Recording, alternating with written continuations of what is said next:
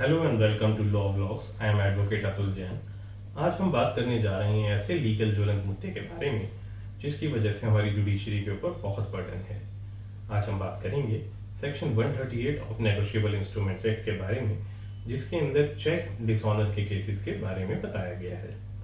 देखिए, आपने अक्सर सुना होगा कि केस डाल दिया गया है, चेक बाउंस हो गया है, लेकिन क्या हर बार चेक बाउंस होने से चेक डिसऑनर का केस बन सकता है? जी नहीं।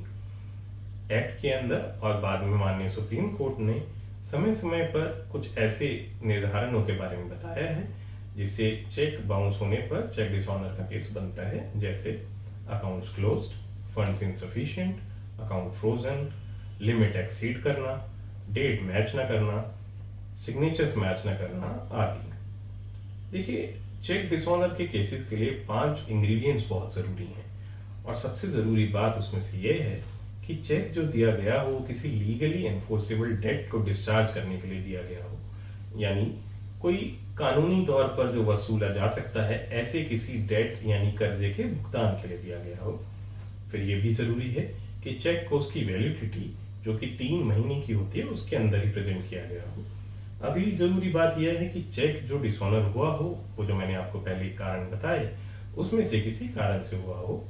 उसके बाद चेक डिसऑनर का एक लीगल नोटिस चेक डिसऑनर के डेट से 30 दिन के अंदर भेजा जाना जरूरी है, और जब 15 दिनों के अंदर उसके बाद सामने वाली पार्टी पेमेंट ना करे तो चेक डिसऑनर के सभी इंग्रेडिएंट्स पूरे माने जाते हैं। एक टाइम लिमिट हर चीज के लिए दी गई है। जैसे पहले मैंने बताया कि चेक को 3 महीने के अंदर प्रेजेंट करना होता है। चेक डिसऑनर होने के बाद इंफॉर्मेशन से 30 दिन के अंदर आप सामने वाली पार्टी को लीगल नोटिस दे सकते हैं। लीगल नोटिस मिलने के 15 दिन के अंदर सामने वाली पार्टी को पेमेंट करना होता है। लॉ का मानना है कि एक अपॉर्चुनिटी सामने वाली पार्टी को जरूर देनी चाहिए नोटिस के माध्यम से, जिससे यदि वो पेमेंट करना चाहे तो कर सके और केस दायर ना हो। यदि वो 15 दिन में पेमेंट नहीं करता तो उसके 1 महीने के अंदर आप चेक डिसऑनर का केस कंसर्न कोर्ट के अंदर फाइल कर सकते हैं। इसका जुरिडिक्शन कैसे देखा जाएगा? जिस अकाउंट में चेक डाला गया वो अकाउंट आपके बैंक की किस होम ब्रांच में है, वो ब्रांच का जुरिडिक्शन का थाना जिस कोर्ट के अंदर लगता है वहां आप उस चेक को डाल सकते हैं। इस चेक की नेचर केस की क्वाजी क्रिमिनल होती है, यानी सिविल और क्रिमिनल दोनों का मिश्रण होता है।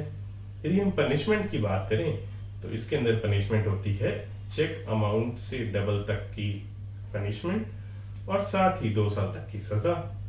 तो हमने